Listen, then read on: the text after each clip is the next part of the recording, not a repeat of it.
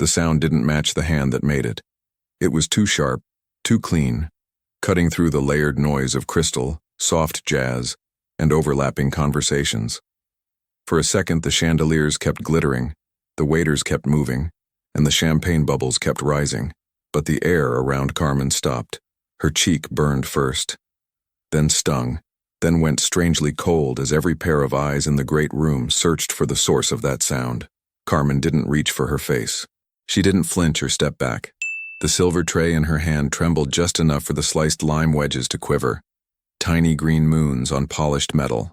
The Tycoon's daughter, perfect dress, perfect makeup, rage blooming in the middle of her flawless evening, was breathing hard, her chest rising and falling like she'd finally done something she'd wanted to do for a very long time. No one said her name. No one said anything. The guest closest to them pretended for a cowardly heartbeat that they hadn't seen the slap. A violinist in the corner dragged his bow a second too long over the final note, producing a soft, ugly squeal before stopping completely.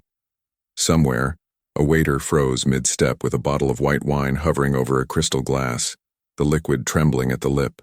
Carmen's ears rang. All she could hear was her own pulse, until the room's silence rearranged itself around something else. The subtle shift was almost physical, like pressure changing before a storm.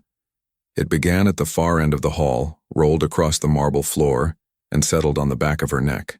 The world hadn't gone quiet because of the slap. It had gone quiet because someone had just walked into the room and seen it. The silence lingered in the room like a held breath, thin, trembling, on the edge of shattering. Carmen felt every cell in her body go still. The tray in her hand weighed twice as much now, not because of its silver but because of the eyes gathering around her. Shame wasn't loud. It was quiet, constricting, a slow tightening of the ribs that made it hard to pull air in fully. She kept her spine straight, a reflex born long before she ever stepped foot in this estate, long before she put on the uniform that now felt like a too-tight skin. The daughter's hand was still suspended midair, fingers bent in the shape they had taken in impact, as if even her own body didn't believe what it had just done. Her breath, shallow and furious, fogged lightly in the cold air drifting from the ceiling vents. A thin red mark was blooming on Carmen's cheek, subtle but undeniable, the kind of detail a camera would linger on. Carmen didn't look at her. She kept her eyes on the floor, a mosaic of marble and soft reflections from the chandeliers above. The pattern blurred slightly in her vision, not from tears. She refused them, but from the rush of heat rising to her face. Another waitress whispered her name from across the room, barely audible, a plea not to react. Carmen didn't. A cluster of guests near the piano began shifting uncomfortably, their designer shoes scraping the floor in tiny staccato movements. A man in a tailored navy suit cleared his throat, a gesture that was almost an apology for witnessing something he wished he hadn't. But no one intervened. No one dared to step between wealth and its whims. At the edge of the crowd, an elderly woman in pearls narrowed her eyes, not in sympathy, in calculation. Carmen felt it, an assessment, a weighing of whether this moment could be used later in conversation, over golf or charity luncheons. The humiliation wasn't just personal, it was becoming social currency. Carmen inhaled slowly. The air tasted of citrus and champagne and something metallic, her own adrenaline. She forced the sensation down her throat the way she used to swallow disappointment back home, folding it into a corner of herself until it stopped hurting. Her mother had always said dignity wasn't about being untouched. It was about deciding what part of yourself stayed untouchable. Carmen clung to that thought now. The Tycoon's daughter lowered her hand at last. Her lips curled into something between a warning and a smile.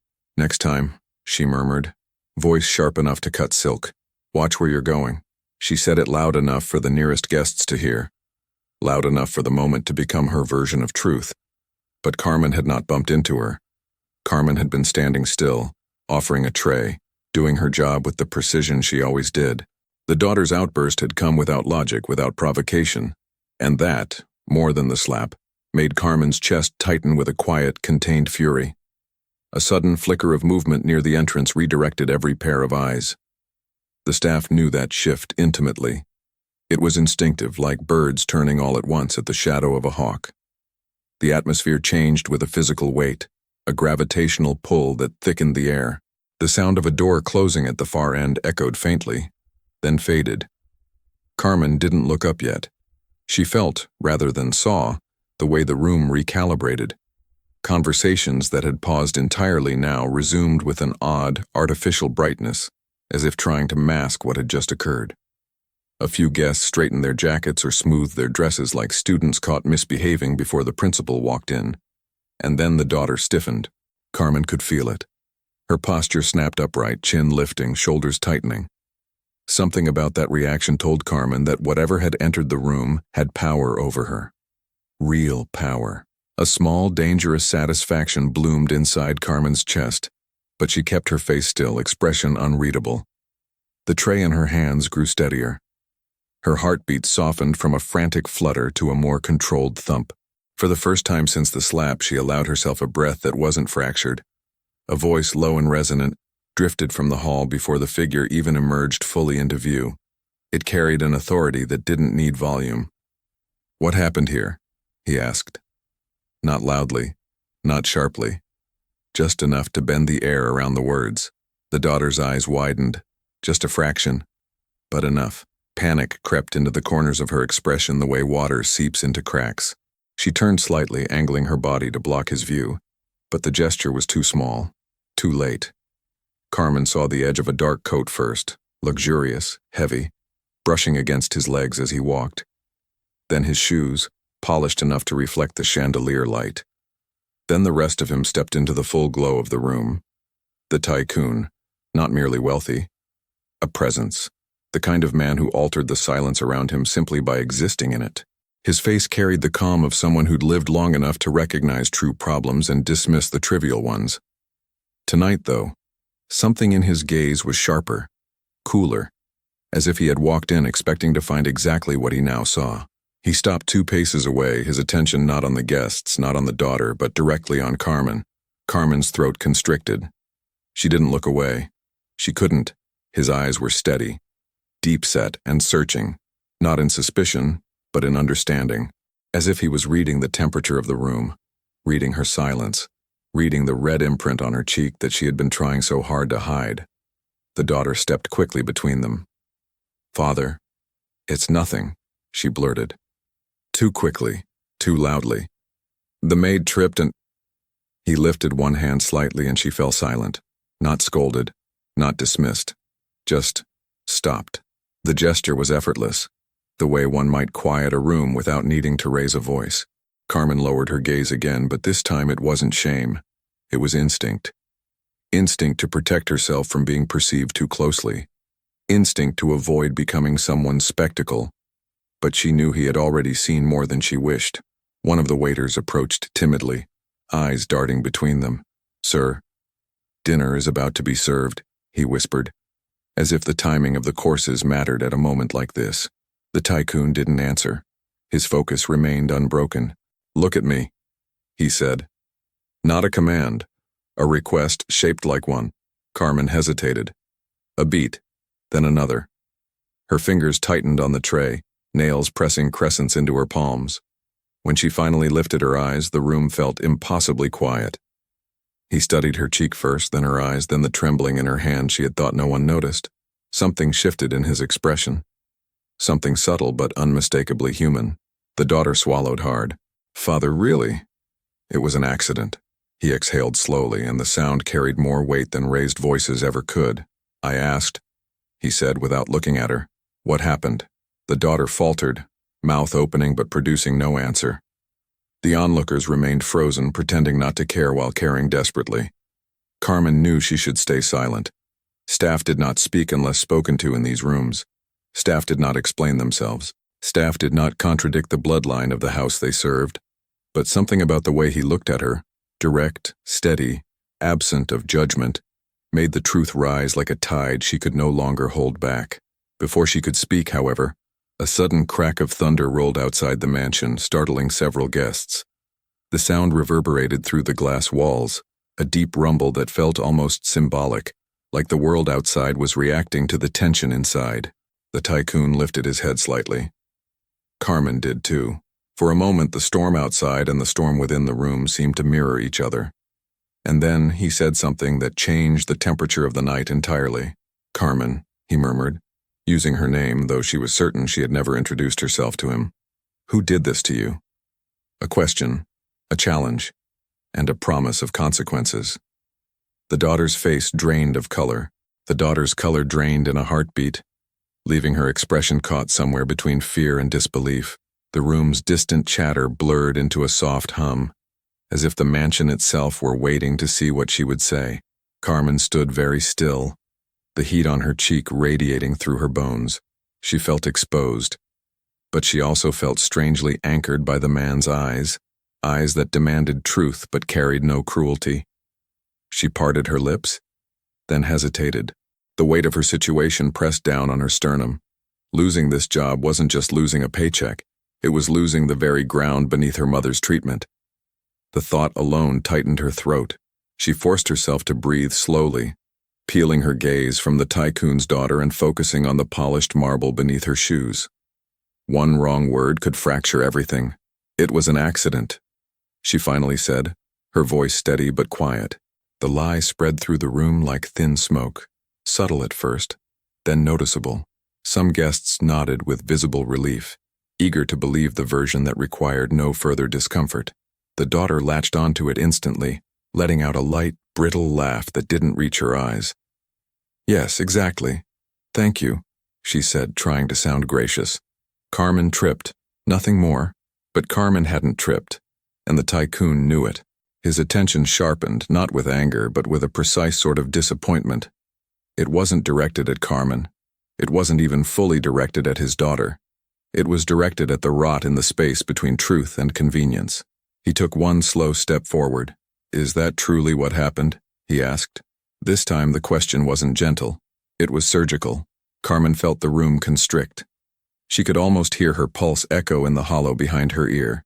She lifted her gaze, meeting his, and something inside her, not pride, not defiance, something quieter, refused to bend. "No, sir," she said softly. "It isn't." The room stilled for the second time that evening. The daughter turned sharply toward her, eyes flickering with panic. The violinist froze mid-motion. Even the candles on the tables seemed to burn more quietly. Carmen almost wished she could take the words back. Not because they were wrong, but because they were right in a place where truth cost more than dignity. The Tycoon's expression didn't flicker. He simply nodded, the smallest gesture, enough to shift the balance in the room. "West drawing room," he told his daughter, voice controlled, calm, final. She stared at him, stunned. "Father, now." The authority in that word left no space for argument. She swallowed, cheeks flushing with a different kind of shame, then turned sharply on her heel and walked across the room. The air behind her seemed to release as she left. The guests resumed breathing, shifting uneasily as conversations restarted in whispers. Carmen remained where she was, unsure what came next. "Come with me," the Tycoon said. It was not a request, yet it also wasn't a command rooted in superiority.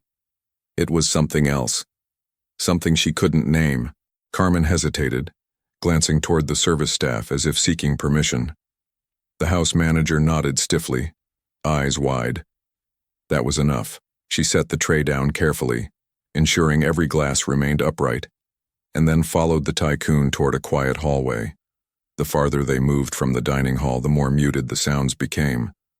Crystal clinks dissolved. Laughter faded. Footsteps softened on the thick carpets. Carmen felt the hum of tension begin to drain from her limbs, replaced by a wary curiosity. He stopped before a pair of tall, dark-stained wooden doors, slightly ajar. Light seeped through the crack, warm, golden, inviting. He pushed one door open fully and gestured her inside. The room was a private library. Floor-to-ceiling shelves wrapped the space. A fire glowed low in the hearth, casting amber light across a table covered with papers, a half-finished drink, and an old fountain pen. The scent of leather and cedar hung in the air. Carmen stepped in cautiously, unsure where to stand, unsure why she was there at all. "Close the door behind you," he said. The soft click of the latch swallowed the rest of the world. He didn't sit. Neither did she. For a moment they just existed in the same space, breathing the same quiet. The Tycoon studied her cheek, then her hands, how tightly she held them together. how the knuckles whitened. "You didn't protect yourself when you lied," he finally said. "You protected my daughter." Carmen lowered her gaze. "I didn't want to cause trouble. You didn't want to lose your job," he corrected gently. "Or your mother's care." Her breath caught. He knew. She wasn't sure whether that terrified her or relieved her. He stepped closer to the table, running his fingertips along the spine of a book. "I read the foundation files personally. Your mother's treatment, it was not an easy case." "No, sir," she whispered. "You wrote something unusual in your application," he said, turning slightly toward her. "You said you would work any job of any kind with anyone, if it meant saving her." Heat flooded Carmen's face. That line had been written on a night of exhaustion and fear, when she had been terrified the hospital would turn her mother away. She never expected the man behind the foundation to read it. "I didn't mean—" "I believe you did," he said, "and I don't fault you for it." The fire popped softly, sending sparks upward. Carmen felt as if the crackling flame were the only sound holding the moment together. "Sir," she murmured, "I still don't understand why you brought me here." "Because truth deserves a place where it isn't punished." She blinked. The simplicity of it disarmed her. He poured water into a glass and set it within her reach. She didn't touch it. Her hands stayed clasped in front of her, steady but tense. "There are cameras in the hall," he said. "Footage will confirm what happened. You don't need to carry the burden alone." Carmen's chest tightened. Evidence felt like both a shield and a spotlight. She wasn't sure which frightened her more. "Your job is safe," he continued. "No one here will remove you. Not while I'm the one who writes the contracts." A breath she hadn't realized she was holding escaped her. "But safety," he added, "doesn't erase what was done to you, nor does it erase what others in this house may think." His gaze softened. "You will be watched after tonight. Some will admire your honesty. Some will resent it." Carmen nodded slightly. She'd lived long enough to know how resentment traveled between rooms like smoke. He straightened, something resolved in his posture. A decision landing. "I will address it publicly," he said. "After the main course." Carmen's pulse quickened. A public correction wasn't just unusual. It was practically unheard of in houses where reputation mattered more than fairness. "Sir, that might create trouble for you," she whispered. "Trouble," he said calmly, "is a privilege I can afford. You cannot." A strange, unexpected warmth flickered in her chest. Gratitude mixed with confusion, and beneath it a new question formed, one she didn't dare ask aloud. Why is he doing this? Why her? Why now? As if sensing the question, he turned away from her and walked toward the window. Rain streaked down the glass, illuminated by the faint glow of the terrace lights outside. "You and I have crossed paths before," he said quietly. Her brow furrowed. "Sir?" 3 months ago," he continued. "Late evening. Back terrace. You stepped outside for air." Carmen froze. She remembered that night vividly. The exhaustion, the heavy tray she'd carried too long, the urge to escape the noise. She had touched the stone railing with trembling fingers, eyes closed, trying not to cry in her uniform. "I left when I realized you didn't see me," he said, still facing the window. "I didn't want you to feel observed."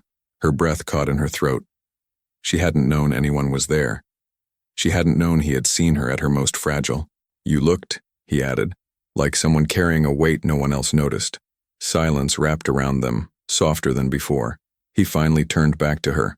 "I noticed." The admission hung between them with quiet intensity. Carmen felt her heartbeat shift. Still fast, but different now. Less frantic, more aware.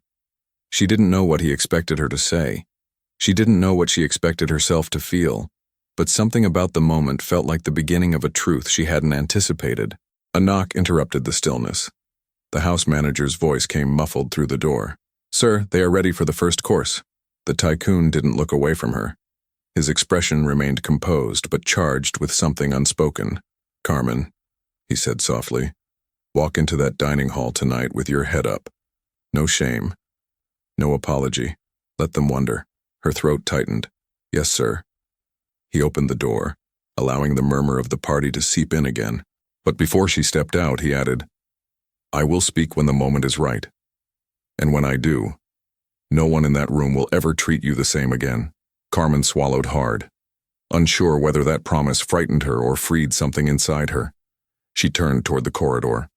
Behind her, the Tycoon remained in the library doorway, watching her leave, not with the gaze of a man examining an employee, but with the gaze of someone who had just decided to rewrite the night. The promise of a public correction plus his previous knowledge of Carmen now fully revealed. Carmen lingered in the hallway for a moment, letting the low murmur of the dining hall settle around her like a shifting tide.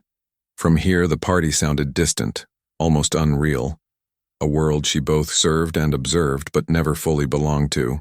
She pressed her palm lightly to her cheek. The sting had dulled, but the memory of the daughter's hand still lingered like a ghost of heat beneath her skin. She inhaled, slow and steady, and released the breath with intentional calm. Her uniform felt different now. Not armor, not a costume, something else. She stepped back into the dining hall. Guests were taking their seats as servers made final adjustments to the table. Crystal glasses glimmered beneath soft chandeliers. Silver reflected delicate ripples of light.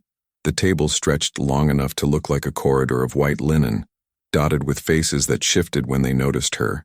Some looked at her with curiosity sharp as a needle. Others glanced quickly away, unwilling to acknowledge the scene they had witnessed. And a few, those with practiced, inherited entitlement, stared openly, not bothering to disguise their discomfort with her presence. Carmen didn't lower her gaze. She moved to her station, standing with the poise she'd carried her entire life, even when she'd had nothing but grit to keep her upright. Miguel approached quietly from her left. "You're steady," he whispered without looking at her. "Trying," she murmured. "You don't have to try," he said. "The whole room already knows." Before she could ask what he meant, the room shifted. A subtle ripple of attention flowed from the far end of the hall. The Tycoon, Delacroix, entered. His presence was quiet but seismic. Conversations softened to a hum. Postures straightened. Even the clinking of cutlery paused, as if the mansion itself had trained its acoustics to obey him. Delacroix wasn't dressed differently, nor did he carry himself with theatrical grandeur, but he moved with a centered control that bent the air around him. When he reached his chair at the head of the table, he paused. His gaze scanned the guests for a brief moment, but Carmen felt, rather than saw, the shift when his eyes located her. It was a glance that lasted only a breath but landed with precision. She nodded almost imperceptibly, acknowledging the silent question he'd asked earlier. "Are you steady?" The house manager signaled discreetly, and servers moved forward with the first course. Carmen followed the choreography she had mastered over the years.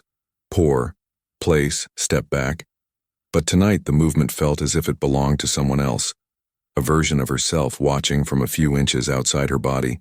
As she set a plate before a woman in a deep emerald gown, she heard the woman whisper, "I thought they handled these things privately." Her companion responded in a low murmur. "Not when it concerns him. Not when it concerns." The voice dropped further. "The foundation." Carmen froze for half a heartbeat. The foundation, the same one that funded her mother's care. She hadn't realized the guests associated it so directly with Delacroix's personal decisions. It was a clue, small but sharp, about the weight her story might hold in this room. She turned away before they noticed her listening. The daughter entered through a side door a moment later. Her posture was rigid, her jaw set with determination and dread intersecting. She scanned the table for her seat, and found it not beside her father but 3 places down. A murmur slipped through the room, quick and quiet. Carmen watched from the wall as the daughter approached her new seat. The distance wasn't large, but symbolically it felt enormous. Even she, with all her practiced poise, seemed rattled. She adjusted her napkin with hands that trembled only slightly, but enough for Carmen's trained eye to catch it. Delacroix spoke little during the first course.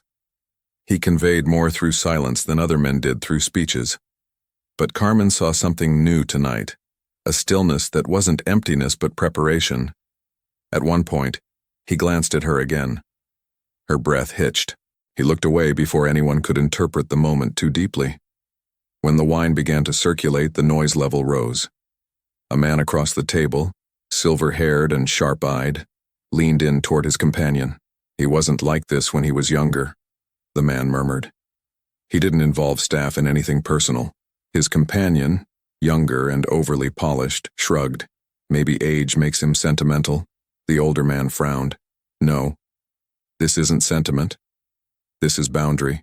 Carmen moved to refill glasses on the opposite side of the table, her movements fluid but deliberate. She caught snippets of other conversations. Heard he grew up with nothing, controls every contract in the foundation. The daughter always tested him, but never like this. Every fragment painted Delacroix with more complexity than she'd expected. When the second course was cleared, the house manager looked toward Delacroix for a cue. The Tycoon gave the smallest nod. The manager struck his water glass gently with a fork. The crystalline ring silenced the room. Mr. Delacroix would like to say a few words. Delacroix rose. Carmen's pulse tightened. Her hands, folded neatly behind her back, began to warm with the tension of the moment. The chandeliers flickered slightly as he stepped forward, as though the mansion knew this was not a typical toast. "Thank you all for coming tonight," he began, voice mild but edged with steel. "This house has hosted business partners, old friends, and those who consider themselves both. What it rarely hosts is silence. Yet tonight I found it in one of my own halls." A delicate shiver ran through the table. "Silence," he continued, "is not uncommon in houses like mine. Sometimes we mistake it for politeness, other times for power. But tonight it was neither." His gaze lifted, not at Carmen, not at his daughter, but at the exact point in the air where the slap had echoed earlier, as if he could still hear it. "I witnessed something unforgivable. A clear act against a member of my staff. An act rooted not in accident but arrogance." A faint gasp came from the far end of the table. "My daughter will address her actions privately," he said. "But the consequences begin here." Carmen's breath stuck in her throat. His daughter stiffened, staring straight ahead. Delacroix took a single step closer to the table. "Some of you here," he said, "donate to my philanthropic projects. Some sit on the boards. Some attend events that benefit the foundation. A foundation you praise publicly and forget privately." Carmen swallowed. He was speaking about the foundation deliberately now, bringing it into the light, connecting her life to the room in a way she had never imagined. "What none of you know," he said, "is that one of tonight's staff members is a direct beneficiary of the foundation's work." A rustle swept through the hall. Heads turned instantly. Carmen felt heat rise along her neck. Delacroix didn't reveal her name. "Yet. What's more," he added, "that beneficiary submitted a letter unlike any we've received. A letter revealing sacrifice, desperation, and courage of a kind I have rarely witnessed, even in boardrooms full of men who believe themselves fearless." His daughter's eyes widened at the implication. "I won't share her story," he said. "It isn't mine to share. But I will tell you this. Her presence in this house is not a coincidence. It is a consequence of her own perseverance, and she will not be diminished here." Carmen's chest tightened, not with embarrassment, but with a complicated swell of recognition and fear. Then he introduced something new. "Some of you may recall," he said, "the worker scholarship program I established 25 years ago." Several guests nodded. A few murmured. One woman reached for her husband's arm as if remembering something buried under decades of social layers. "The program was removed from public discussion a long time ago," Delacroix continued. "It exists only in internal ledgers now. But it began with one purpose: to identify individuals who showed extraordinary resilience and to give them access to education, resources, and opportunity that their circumstances denied them." Carmen blinked. She had heard rumors of something like this among older staff. A forgotten project. A myth. Delacroix looked directly at her. "The foundation has recommended reinstating the scholarship," he said quietly. "And tonight, I am accepting that recommendation." A wave of surprise rippled visibly down the table. "And," he added, "the first name on that list is Carmen." The room fractured into whispers. Carmen's pulse pounded so loudly she felt it in her fingertips. Miguel turned toward her slowly, eyes wide, as though witnessing something impossible. Delacroix wasn't finished. "My daughter," he said, shifting his attention with the precision of a blade, "will spend the next year working under the same foundation. Not as a donor, not as a board member, as staff. Side by side with those she has never taken the time to understand." His daughter's face drained of color. "Starting Monday," he said. The whispering intensified, but no one challenged him. Delacroix returned his gaze to Carmen. Only briefly, only softly. You may choose to accept the scholarship or continue your current role, he said. But the choice will be yours. Not forced by circumstance, not determined by fear. Her throat burned. Her hands tingled. She couldn't speak even if invited. Delacroix nodded to the house manager. Please serve dessert. He sat. The spell broke into startled fragments. Carmen stepped back toward the wall, breath trembling in her chest. The scholarship. The foundation. Her name on a list she had never dared imagine. But even as the room adjusted to its new orbit, she felt a thread of unease pulling sharply from across the candlelit table. The daughter wasn't looking at her father anymore. She was looking at her, not defeated, not humbled, not remorseful, but calculating. And in the flicker of candlelight, Carmen saw something new in the daughter's eyes. Something colder, clearer, and far more dangerous than entitlement. The daughter's shift from humiliation to strategy. The dining hall didn't return to normal after dessert began circulating. It only pretended to. The guests laughed, but too lightly. They drank, but too quickly. Their eyes kept drifting toward the head of the table, toward Carmen, toward the daughter. Like a room that knew a storm wasn't over, merely paused. Carmen stood near the far wall, hands folded neatly, shoulders straight. Her pulse had steadied, but the weight in the air had not. Delacroix's announcement still hung like a suspended cord, vibrating through the hall with consequences no one yet knew how to handle. The daughter, 3 seats down on her father's right, lifted a spoon to her lips, then paused. She wasn't tasting the dessert. She was watching Carmen, not with the raw resentment from earlier, but with something quieter, leaner, a thinking look, the look of someone rearranging pieces on a board not yet visible to anyone else. Carmen forced herself to focus on her tasks, clearing plates when guests finished, bringing fresh napkins, refilling glasses, movements she had practiced for years. But now, every step felt like walking across glass. She could feel the daughter's gaze cutting through her peripheral vision, following her path through the room. Miguel brushed past her with a tray of espresso cups. Ignore her, he murmured under his breath. I'm trying. Carmen whispered back. You're doing more than trying, he said. Most people would be shaking. You're standing like a pillar. Carmen offered a faint smile, but her stomach nodded all the same. Across the table, the daughter leaned closer to a woman beside her, someone Carmen recognized vaguely from charity events. Their whispers were soft, their expressions brittle. Carmen didn't need to hear the words to know they were about her. The daughter's eyes kept flicking toward the scholarship announcement card placed at every guest's setting. An elegant printed explanation of the reinstated program. The card hadn't been there at the start of the evening. Delacroix must have had them prepared earlier. He'd anticipated this moment. Carmen's stomach tightened. The thought of him planning this, not just reacting, but preparing, brought a ripple of something warm and frightening through her chest. When she returned to the kitchen corridor with a tray of empty plates, one of the younger servers intercepted her. They're talking about you, he whispered. Who? He hesitated. All of them, but the daughter particularly. Carmen swallowed. What's she saying? I couldn't catch everything, he said. But she mentioned paperwork. Carmen stiffened. What kind of paperwork? He shook his head helplessly. I don't know. Just be careful. She nodded, though the warning settled deep in her ribs like a stone. Back in the dining hall, the house manager approached her with a practiced smile. Carmen, Mr. Delacroix has requested coffee service in the library after dessert. You'll assist. Her breath hitched. Me? Yes, he said quickly, lowering his voice. He asked for you specifically. The room swayed a little, the chandeliers blurring at the edges. The library again. The quiet room. The fire. His eyes. She wasn't ready for that. Not with the entire table watching her every breath. I can send someone else, the manager added, though he already knew the answer wasn't his to give. Carmen exhaled. I'll go. Good, he said, stepping away.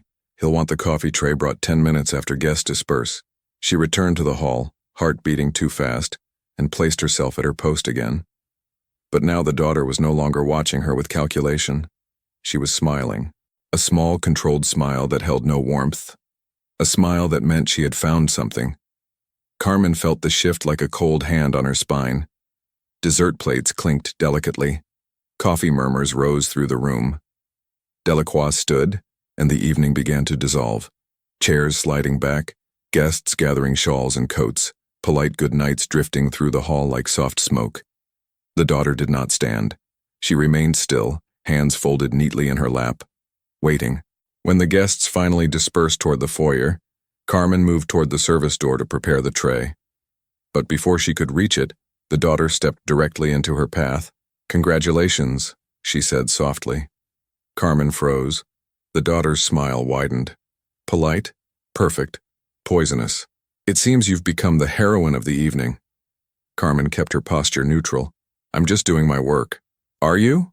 the daughter asked, tilting her head. "Because some people are saying you've been involved with the foundation for far longer than we realized." Ice slid through Carmen's chest. "My mother." "Yes," the daughter interrupted smoothly. "Her treatment. Tragic, really. But there's something interesting about your file." Carmen's pulse jumped. "My file? Oh, don't worry, I haven't seen it. Yet." The daughter's eyes glittered. "But I intend to." Carmen felt her knuckles tighten around the edge of her tray. "Why?" The daughter leaned in slightly, her perfume sharp and cold. "Because I don't like surprises. Especially when they involve people being elevated above their place." Carmen swallowed hard. "I didn't ask for—" "Of course you didn't. You don't have to ask when someone powerful decides to sponsor you." The word felt wrong. Intentional. Designed to unsettle. Carmen stepped back, but the daughter followed, not touching her, but invading her space with precision. "Enjoy your little scholarship moment," she murmured. "Just remember, everything in this house has strings, and I'm very, very good at finding where they lead." Before Carmen could respond, Delacroix's voice cut through the space. "Is there a problem?" The daughter stepped back instantly, smoothing her dress. "None at all, father. Just a conversation."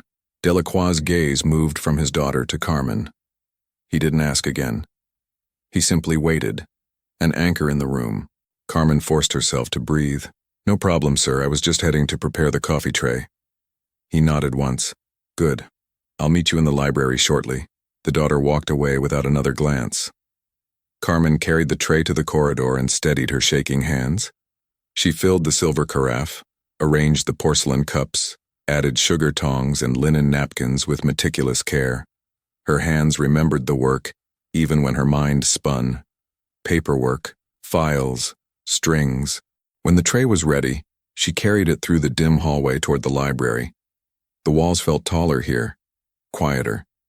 She could hear the echo of her footsteps over the soft hum of distant conversation. The library door was slightly ajar. Firelight spilled into the hall in warm, flickering strokes. Carmen paused, inhaled once, and entered. Delacroix stood near the window, jacket removed, sleeves rolled. He wasn't looking at her. He was studying a thick envelope on the table, an envelope stamped with the foundation seal.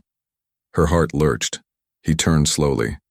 His gaze softened when he saw her, but then shifted, becoming more unreadable, as if he were weighing something unseen. "Carmen," he said quietly. "Close the door." She did. He gestured to the envelope. "Do you know what this is?" She shook her head. "It's your file," he said. "The complete one. Not the summary I originally received." Carmen's breath caught. "Sir, I didn't know you. I didn't request it," he said. "It was delivered tonight, unprompted." Carmen stared at the envelope, dread and confusion tangling inside her. "Someone," he continued, "brought it to my attention that your case has irregularities." Her pulse spiked. "Irregularities." He stepped closer, not threatening, but grave. "There is a document missing from your application, a required one, a signature page." Carmen blinked hard. "A missing page? No, I turned everything in." "I believe you," he said, "but someone is trying to make it appear otherwise." Her stomach twisted. "Who would—" He didn't look away. "Someone with something to gain." The realization struck her like a cold slap. The daughter. Delacroix watched the understanding settle in her expression. "You're not in danger," he said softly. "But you need to know. This house will not remain quiet. Not after tonight." Carmen gripped the tray to keep from shaking. "Sir," What should I do? He didn't answer immediately. He stepped closer, stopping only a breath away, the firelight flickering across his face. You tell me the truth, he said quietly. Did you submit the missing page? Yes, she whispered. I swear I did. He nodded slowly, a decision forming in his eyes like a shadow sharpening. Then I'll find out who removed it. Carmen exhaled shakily. Relief and terror intertwined. But there is more, he added, turning back to the envelope. Something I should have told you. She lifted her gaze. You weren't just approved for funding, he said. Your application was flagged, twice. Once for hardship, he paused, and once for aptitude. Aptitude. Carmen frowned. Aptitude for what? Delacroix looked at her with an expression she had never seen on him before. Not pity, not curiosity, something closer to recognition. For the scholarship, he said. Long before tonight, her breath caught. She felt the ground shift under her feet. Quietly, profoundly. You were recommended, he continued. Months ago. By someone who has never met you. Carmen froze. Who? He held her gaze for a long, heavy moment, then answered. One of my board members. Her pulse thundered in her ears. But they don't know me. They don't have to, he said softly. Your file told them enough. Carmen stared at the envelope, her heart trembling. Outside the door, footsteps approached. Soft, deliberate, familiar. The daughter. The handle turned. Carmen froze at the sound of the faint silhouette shifting behind the service door. A shadow in the narrow slice of light, shaped like a person standing too still. Listening. Waiting. The kind of presence that made the hair at the back of her neck lift. She wasn't sure whether to step closer or retreat. Before she could decide, the silhouette slipped away. A soft, purposeful movement, like someone disappearing into the bones of the mansion itself. Carmen inhaled slowly. She didn't chase. Something told her that whoever had been listening wanted exactly that. Panic, motion, noise. Instead, she steadied her breath and walked the opposite direction down the long corridor, toward the staff wing. The air felt colder here, quieter, as though the walls absorbed secrets instead of echoing them. She reached the small service elevator and pressed the button. The old metal doors clattered before they slid open, revealing the cramped box of light she had ridden 1,000 times. Tonight, the elevator hummed with an uneasy vibration, like the mansion had exhaled but hadn't finished the breath. When she stepped inside, the tray that had been trembling in her hand earlier no longer shook, but that was only because she refused to let it. She curled her fingers into her palms, grounding herself in the pressure. The elevator rose. As it did, she replayed Elise's parting words over and over. When they ask you why you didn't mention your father, I hope you have a better answer than I forgot. She hadn't forgotten. She had never thought her father's life intersected with anything powerful enough to matter inside this world. Yet now she knew he'd signed a document that once held the weight of a man's future. Her future, in ways neither of them could have imagined. But something about Elise's tone bothered her, an implication beneath the cruelty, a note that suggested knowledge Carmen herself didn't have yet. The elevator doors opened to the quiet staff corridor. A faint scent of detergent lingered in the air, warm and clean. Carmen walked past the storage rooms and linen closets toward the dormitory-style quarters reserved for staff. When she reached her door, she hesitated. The hallway was empty. Still, something felt off. She turned the knob and stepped into her room. Her breath caught. Someone had been inside. Not to destroy anything, not in a chaotic way. Nothing was overturned. Nothing was broken. But her small wooden desk drawer was open by an inch. The top of her notebook peeked out, a page slightly bent as though flipped and hastily returned. The same kind of disruption as a missing signature page. A disturbance that tried to look like an accident. Carmen crossed the room, closed the drawer, then leaned against the edge of her bed. Her pulse thudded in her throat. She pressed her fingertips to her temples, trying to think. The mansion was too large, too filled with hands and access, too many people who could slip into rooms unnoticed. And after tonight, too many motives. Carmen sat down on the bed and let the quiet settle around her. She couldn't let fear make her frantic. She needed clarity. Needed to act with the same calm she had shown under the chandeliers. Something tugged at her peripheral vision. A corner of paper sticking out from beneath her door. A note. Her breath stuttered. She crossed the small room in 2 steps and bent to pick it up. The paper was folded once. No name, no handwriting on the outside. Her hands trembled only slightly as she opened it. Inside, one short sentence had been typed on a narrow strip of paper. Not everything missing was removed. Some things were never included. Her chest tightened. She read it again, then again. Someone was warning her, or threatening her, or both. She looked at the door, then at the small window across the room. The mansion grounds outside were dark, save for a few landscape lights illuminating trimmed hedges. Nothing moved. She sank slowly to the floor back against the edge of her bed, the note still in her hand.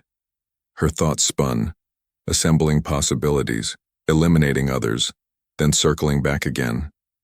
Someone inside the mansion, or inside the foundation, wanted her file to crumble, or wanted her to believe it would crumble. Someone who knew enough about internal processes to phrase the warning with precision. Her father's signature, the missing page, the scholarship, Elise's resentment, the board meeting tomorrow, and now a typed note slipped under her door. It was too much coincidence, too timely, too connected. She needed to speak to Delacroix, but the idea of walking back into the library after the confrontation with Elise felt impossible. She wasn't ready, not with her hands shaking the way they were, not with her thoughts tangled between fear and revelation. She needed a moment to breathe. So she sat on the cold floor with her knees drawn close, the note resting gently in her palm. The silence around her felt deeper than any room in the mansion. She closed her eyes, inhaled slowly, and let her shoulders loosen. Her father's signature, her father's handwriting, her father's work ethic, which she had inherited without ever knowing its origin. The idea that he had once stood beside Delacroix in the early days of a company neither of them could have predicted. It stunned her. It hurt in a way she hadn't expected, like discovering a chapter of someone's life long after they were gone, a chapter that might have changed everything if only she had known. But her father had never told her, and now she wondered why. Was it pride, humility, fear, something else buried in years she never fully understood? Another knock shattered the moment. Soft, hesitant, Carmen shot upright, heart leaping into her throat. She rose from the floor and approached the door carefully. Her fingers hovered over the handle. "Who is it?" she asked, voice low. A pause. Then Miguel's voice. "It's me." Relief flowed through her limbs. She opened the door. Miguel stood in the hall, jacket off, sleeves rolled, face lined with the exhaustion of a long night. But his expression wasn't tired. It was worried. "I saw someone leaving this wing," he whispered, stepping inside and shutting the door behind him. "Someone who doesn't belong here." Carmen swallowed. "When?" "A few minutes ago." Miguel rubbed the back of his neck. "They were carrying something, a folder maybe." Her stomach flipped. "Did you see who?" Miguel hesitated. "I don't want to guess wrongly, but it wasn't Elise." Carmen sat down on the edge of the bed. The room felt smaller than ever. "Someone left this under my door." She handed him the note. He read it once, expression tightening. "Someone's playing a game." "I know. A dangerous one," he added. "I know." Miguel crouched in front of her, his voice softening. "You can still bow out of the meeting tomorrow. No one would blame you." Carmen looked at him. A man who had worked here for decades, who had seen people come and go, who had learned exactly when to bend and when to endure. "I can't," she said quietly. "Not now." Miguel nodded, though his eyes remained shadowed with concern. "Then you need to be ready." "For what?" "For a fight," he said. "Not the loud kind. The kind fought with sentences and signatures and intentions hidden in polite phrasing." She exhaled shakily. "Is there anything you know that I don't?" Miguel hesitated. A silence too weighted to ignore. "There's one thing," he said finally. "Something no one talks about anymore." Carmen leaned forward. "What?" Miguel lowered his voice to a whisper. "Years ago, long before you came, this house lost someone. A staff member. Someone close to Delacroix. There were rumors it involved a board dispute. After that, everything changed. He built walls around information, around people, around himself." Carmen's breath slowed. Someone close? Close how? Miguel's eyes flickered with uncertainty. People said, a mentor. Maybe a friend. Maybe more. No one knows. But whoever she was, she disappeared almost overnight. And Delacroix never let personal matters cross into business again. Carmen went still. A woman. A disappearance. A board dispute. She felt something click into place. Not fully, but like an outline emerging beneath ash. Delacroix had lived through a betrayal, which meant he would be watching closely for echoes of it now. Miguel squeezed her shoulder gently. Just be careful, he said. Not everyone in those rooms tomorrow wants to see you standing. Carmen nodded, heart trembling with a mixture of fear and resolve. Thank you. He stood, opened the door, and slipped back into the hall. When the latch clicked shut, the silence in her room returned, heavy, unsettled, waiting. Carmen sat again, staring at the note in her hand. Not everything missing was removed. Some things were never included. She didn't know yet what the board wanted from her. She didn't know what Elise intended. She didn't know who had altered her file, or why, but she knew one thing with a clarity that steadied her pulse. Tomorrow the board would see not just her face. They would see her father's signature beside Delacroix's. They would see a truth someone had tried to bury. And Carmen Ruiz, daughter of the man who once held up a collapsing world, was done being pushed aside. The clock on her nightstand ticked softly. 9 a.m., 12th floor, a room full of people deciding the weight of her future. She folded the note carefully and set it on her desk. Then she stood, spine straight, breath measured. She would walk into that boardroom not as a maid, but as someone who carried a story none of them had expected. And someone in this mansion knew it. Carmen prepares to face the board, knowing a hidden enemy is already ahead of her. The man was gone by the time Carmen blinked again, leaving only the faintest tremor in the air where he had stood. The 12th floor hallway felt suddenly colder, not from temperature but from the awareness that someone had been studying her with a purpose she couldn't read. She stepped away from the glass wall, fighting the sensation that the building itself had shifted around her. Every polished surface seemed to watch her now, reflecting questions she wasn't ready to answer. She moved toward the elevator, trying to keep her steps controlled, but her breath came faster than she wanted. She pressed the call button and forced herself not to glance back down the hall. She had survived Elise's venom, the board's scrutiny, the weight of her father's forgotten history. But the silent examination from that stranger unsettled her in a deeper way. It felt deliberate, personal, as if he'd been waiting for the exact moment she walked out of the boardroom. The elevator opened with a soft chime. She stepped inside and leaned against the mirrored panel, letting the doors close her into a small, humming refuge. Her reflection looked unfamiliar. Not a maid, not yet a scholar. Something in between, suspended in the space between lives. A transition that would make her a target before it made her safe. She closed her eyes and exhaled slowly, remembering Maria's warning. Some people will want to hold your story up. Others will want to break it just to prove they can. When the elevator reached the ground floor, Carmen stepped out into the lobby, where the morning light streamed through tall windows and painted the marble in shades of cream and gold. People passed her briskly, staff with badges, visitors with agendas, none of them aware that her world had come unhinged and remade itself within the last hour. She tightened her borrowed coat around herself and pushed through the revolving door into the city. The wind outside hit sharp and cool, snapping her briefly back into her own body. She stopped on the sidewalk, letting the noise of traffic wash over her. Engines idling, horns calling, a bus wheezing as it pulled away from the curb. Somewhere overhead, the metallic hum of construction echoed between buildings. For a moment, she thought of her father, dust in his hair, fatigue in his shoulders, a signature beside a stranger's that had changed the course of both their lives. She walked toward the bus stop, each step steadier than the last. But halfway down the block, she noticed someone leaning against a parked car, a tall figure in a dark coat, head bent over a phone. The shape of him tugged at something in her memory. She kept moving, trying not to stare, but the moment she passed him, he lifted his gaze. He didn't smile. He didn't speak. He simply watched her again, the same sharp focus she'd seen upstairs. She didn't break stride, but her pulse kicked hard. She turned the corner quickly and slipped into the small cafe near the bus line, pushing through the door as the bell tinkled overhead. Warm air and the smell of baked bread enveloped her. She found a seat in the back, near the window but out of direct view, and wrapped her hands around a paper cup the barista set down without needing to be asked.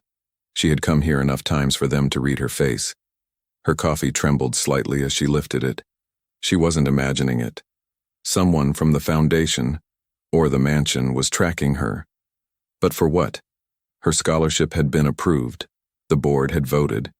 Her father's legacy had been revealed. The enemy should have been Elise, but Elise was loud, impulsive, easy to trace. This new figure operated in silence. That made him worse. She stared at the ripples on the coffee's surface, the missing page in her file, the typed note, the shadow outside her door last night, the person accessing her personnel record at 10:47 p.m., the man's sudden appearance outside the boardroom. It wasn't random. It was a pattern. And patterns came from intention. She reached into her coat pocket and unfolded the note again. Not everything missing was removed. Some things were never included. Now the words felt heavier. Not just a warning, an accusation. Something about her file wasn't incomplete by accident. Something had been left out on purpose long before the missing page. Her mind flickered back to the scholarship packet Maria had mentioned, the one containing assessments, essays, work records, aptitude scores. Had someone tried to keep her from qualifying even before Elise intervened, or worse? Had someone tried to alter her background in a way that prevented future questions about her father's past? Her phone buzzed suddenly. She flinched and fumbled for it. A message from an unknown number. You left quickly. Are you safe? El Delacroix. A knot loosened slightly in her chest. She typed back, yes. Just getting some air. Another buzz. Good. Call me when you're ready. We need to discuss what happens next. She hesitated, then typed, I saw someone watching me. 3 dots appeared, then disappeared, then appeared again. Describe him. She did. Short, careful phrases. Tall, dark coat, sharp attention, clipboard last night, compliance officer maybe. She added how he'd vanished before she could approach him. Her fingers hovered over the screen before she pressed send. Delacroix's reply came quickly. Do not return to the mansion alone. I'm sending a car. Her heart stuttered. Is it that serious? She typed. Another buzz. Yes. And Carmen, don't speak to anyone else from the foundation until I arrive. She lowered the phone slowly. The cafe suddenly felt smaller, the ambient noise too thin to hide her thoughts. She looked around the room. A couple at a corner table sharing a pastry, a man in a business suit typing on a laptop, 2 construction workers drinking black coffee. None of them cared who she was. None had power over her life. That anonymity felt like a temporary shelter. The car arrived 15 minutes later, sleek, dark, and quiet. The driver stepped out and opened the back door without a word. His expression gave nothing away. She climbed in, nerves tightening with each breath. As the city blurred past the window, Carmen pressed her fingers together, grounding herself in the sensation of her own skin. She could feel the mansion drawing near. Not as safety, but as confrontation. Whatever awaited her behind those marble walls, she wouldn't walk into it unprepared. When the car turned onto the private drive, she sat up straighter. Delacroix was outside. He didn't usually wait outdoors. He wasn't the type to pace in the cold or linger in doorways. But today, he stood at the foot of the mansion steps, coat unbuttoned, wind tugging at his sleeves. His posture was still, but not calm. More like a held breath. The driver opened her door. Carmen stepped out. Delacroix met her halfway, studying her face with the quiet intensity of someone who needed to confirm she was intact, not just present. You saw him again, he said, not asking. Yes, she replied, and I think he followed me. He exhaled slowly, looking away for a moment as if trying to decide how much truth to release at once. His name is Rowan Hale, he said. Compliance officer, technically. But his real job is internal risk containment. He investigates vulnerabilities, financial, legal, or personal. Personal? Carmen repeated. He reports to the board, Delacroix said. Not to me. A cold wave washed through her. Why would someone like that be watching me? Because, Delacroix said carefully, if someone inside the Foundation manipulated your file, Rowan would be the first person they'd tell to cover the trail. Carmen stared at him. So, he's not investigating what happened. He's hiding it. Possibly, Delacroix said. Or he's gathering information before deciding which side benefits him more. She wrapped her coat tighter around herself, though the wind wasn't strong enough to justify it. So what happens now? We go inside, he said, and we talk. There's something you need to see. Something that didn't come up in the board meeting. Her stomach dropped. Something else about my father? He held her gaze. Something about the woman Miguel mentioned last night, the staff member who vanished. Delacroix gestured toward the mansion doors. They opened automatically as they approached, warm light spilling out into the cold morning. Carmen, he said quietly as they stepped inside, this isn't just about a scholarship anymore. Someone is afraid of the truth you carry without even knowing it. She swallowed, pulse quickening. What truth? He closed the doors behind them. That, he said, is what we're going to find out. Delacroix reveals that the vanished staff member and Carmen's father may be connected, and someone inside the Foundation is trying to bury the truth before she discovers it. The doors of the library closed with a muted thud behind Carmen, but the echo stayed with her as she crossed the marble corridor, an imprint of everything spoken in that room, everything revealed, everything still balancing on the edge of what came next. The mansion felt strangely alert now, as if its walls had shifted, listening differently, learning her shape in the space instead of forcing her to bend to theirs. She slowed near the landing where sunlight spilled through a tall window, washing the staircase in silver. For the first time all morning, she let herself exhale fully. Relief didn't follow, only a sharper awareness of weight. Truth pulled out of shadows never landed gently. It always came with consequences. She tightened her grip on the folded brochure in her hand. Behind her, footsteps approached, not hurried, not hesitant, measured. She didn't need to turn to know who it was. You walked out too fast, Delacroix said quietly. I thought perhaps you were angry. She faced him. The man looked older than he had an hour ago, but in a way that didn't diminish him. More honest, more human. Not angry, she said. Just full. A faint, tired smile lifted one corner of his mouth. Truth does that. It changes the room, she said. It changes the people in it, he corrected gently. Even the ones who think they're immune. She looked past him toward the library doors. What Rowan said, do you believe him? About not knowing where Elena went? Delacroix's gaze drifted to the floor, as if searching memories he'd avoided touching for years. I believe he didn't pull the lever himself, he said, but he didn't stop the machine either. Sometimes omission is the greater betrayal. And you? She asked softly.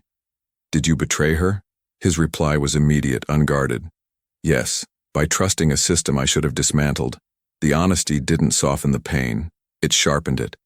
But it was real, and she needed real. I can't bring her back, he went on, but I can stop the story from repeating, starting with you. Carmen didn't answer right away. She stepped to the window, letting morning sunlight warm her fingertips. From here, the city stretched wide, alive, cold, indifferent. Somewhere below, people hurried to jobs, appointments, lives that didn't brush against this mansion's polished floors, or the quiet deals made inside its private rooms. She wondered what Elena had seen from this window the last day she worked here. Whether she felt trapped, whether she felt hopeful, whether she felt like a ghost before anyone realized she was gone. Luke, she said softly, using his first name for the first time. He didn't flinch. If I stay, if I take the scholarship, the job, the access, I need to know I won't become part of what hurt her. You won't, he said, because you don't know how to look away. She turned, meeting his eyes. But you did, once. He nodded. And that's exactly why I need someone who won't. A long moment passed between them. Not silence, but recognition. Not trust, but the beginning of it. A chime sounded from the far end of the hall, bright, delicate, unsettling in the stillness. Carmen lifted her head. Delacroix's attention sharpened. That's internal security, he said. Not an alarm, a summons. He drew his phone from his pocket. The screen lit his features with a cold sheen. As he read the message, his expression changed. Not fear, not anger, but something tauter, more precise. "What is it?" Carmen asked. "They've located a document tied to Elena Costa," he said. "Misfiled under donor archives." He looked up. Rowan flagged it. Her breath caught. "Why would he do that?" "Because he wants us to see he's cooperating," Delacroix said. "Or because he wants to control what we find." He motioned for her to follow. They descended the back staircase, quieter, narrower, the kind of passage staff used daily while guests never saw it. Carmen had walked here countless times without noticing the small details that now pressed against her senses. The grooves in the wooden rail from years of hands, the scent of lemon polish clinging to the walls, the faint vibration of machinery humming through the floor. They reached the archival room. Fluorescent lights buzzed softly overhead. Rows of metal shelves formed a maze, the air tinged with paper and age. At the center of the room, a small table waited. A single folder rested there. Not thick, not heavy. Her pulse thudded. Delacroix stepped ahead, stopping only when he noticed she'd slowed. "Do you want to open it?" he asked. Carmen approached the table. Her fingers hovered over the folder. "What if it's nothing?" "Then you'll know," he said. "And knowing is always better than imagining." She opened it. Inside lay 3 pages. The first was a transfer order, Elena reassigned to a satellite office. The second was a brief memo noting her resignation. The third, Carmen inhaled sharply. It wasn't about Elena. It was about her father. A payroll ledger entry. A handwritten notation beside his name. Costa referral. She stared at the words until they blurred, then sharpened, then blurred again. Her throat closed around a sound she didn't release. "They knew each other," she whispered. "Elena and my father. They worked together." Delacroix leaned in, reading the page with a tension that radiated through his voice. Not just worked. He received hazard compensation tied to the same contract, she questioned. "So he was one of the injured workers," Carmen said, pulse hammering. "And that report, my admission signature, my scholarship, everything started there." She wasn't a symbol. She was evidence. Her father hadn't been a quiet footnote in the mansion's history. He had been part of the buried structure, one of the reasons Elena started pulling threads. And she, his daughter, had walked straight back into the place where those threads had been cut. The room tilted slightly. Delacroix steadied the table with one hand. "Carmen," he said, "listen to me.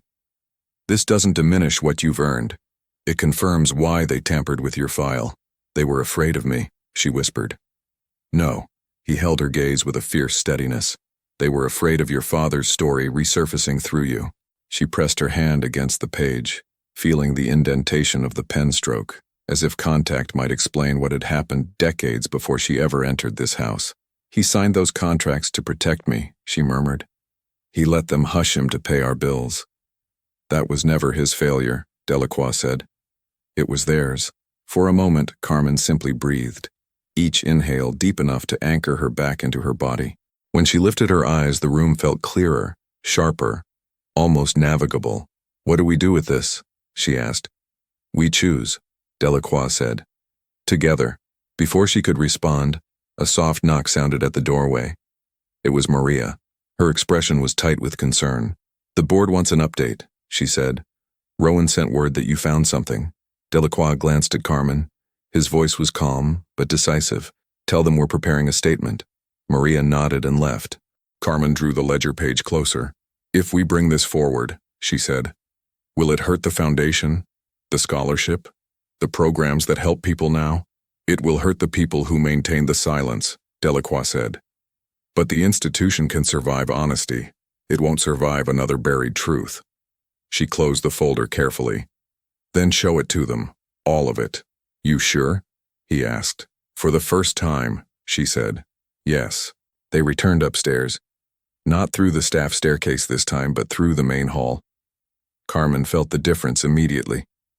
People looked up now, not with suspicion, not with dismissal, but with a shift in awareness, as if her presence occupied a new dimension in the house's architecture. No longer invisible, no longer peripheral.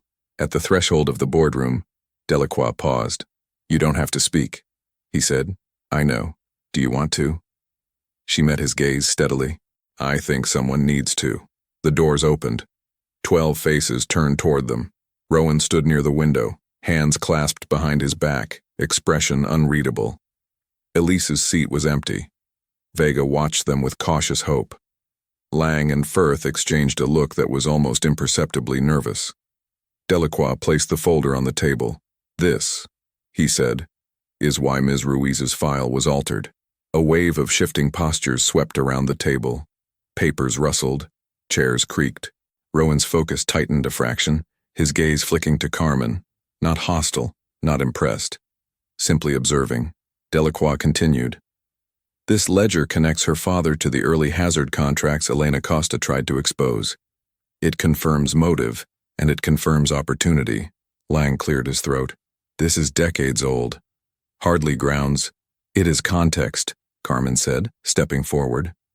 And context is what you tried to erase. The room went still.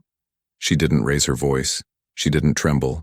My father worked himself sick so I could have a chance, she said. He signed whatever you told him to sign because he trusted the name on the contract.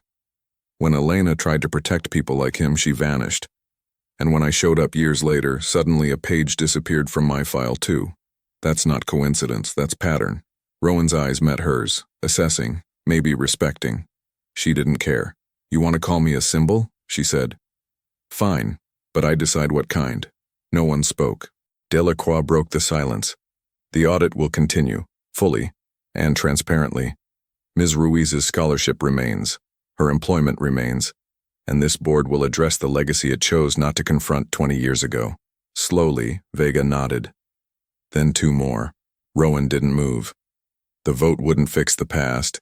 It wouldn't bring Elena back. It wouldn't undo her father's suffering. But it shifted something. A balance. A direction. A future. When the meeting adjourned, Carmen stepped into the hallway, breath trembling with something close to release. Not victory, something quieter, deeper. Justice in motion. Delacroix joined her. You spoke with courage. I spoke because Elena couldn't, she said. He nodded. And because your father deserved to be remembered as more than a line item. She looked out the window, the city alive beneath them. Cars streaming, pedestrians moving. Lives unfolding in patterns both fragile and immense. What happens now? She asked. Now, he said, you choose your future. She folded the brochure in her hands, steady, certain. I already did, and for the first time since the slap that started everything, the silence she walked into felt like possibility, not punishment.